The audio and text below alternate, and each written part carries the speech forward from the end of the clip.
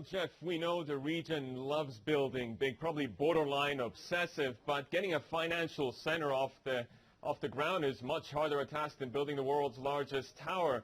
Keep in mind that Dubai does have an advantage in that it's been around for 10 years. But if you look at the GFCI annual report, which they released earlier in the week, you'll see that in the top 35 globally, you have Doha, Dubai, Abu Dhabi, and Riyadh in a very close contest, and Abu Dhabi just being 90 miles away.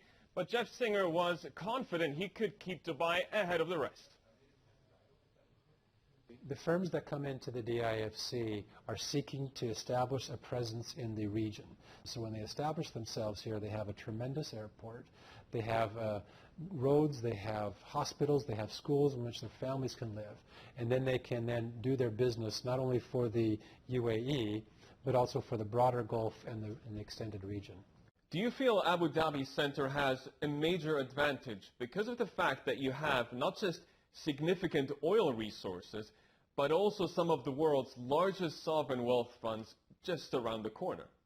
Well, the DIFC, most importantly, has scale. We have 1,039 firms. We have 15,500 employees that come here every day. And so our double-digit growth off of an already large base is very, very important for companies when they look at coming into the Middle East. Where should we set up? I'm sure Abu Dhabi is going to do its best to grow its financial services, but we're very excited about the growth and the development and the prospects of what we've done here.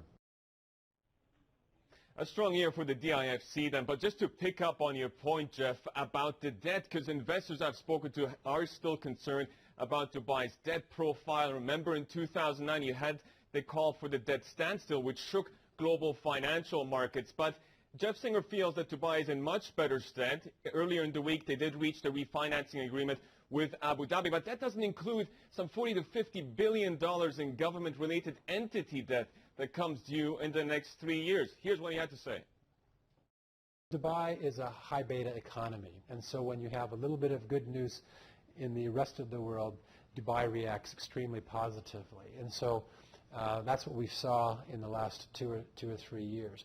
In terms of the debt burden, I do believe Dubai does have the capacity to restructure their loans and to continue to pay off their loans that they've made from the past.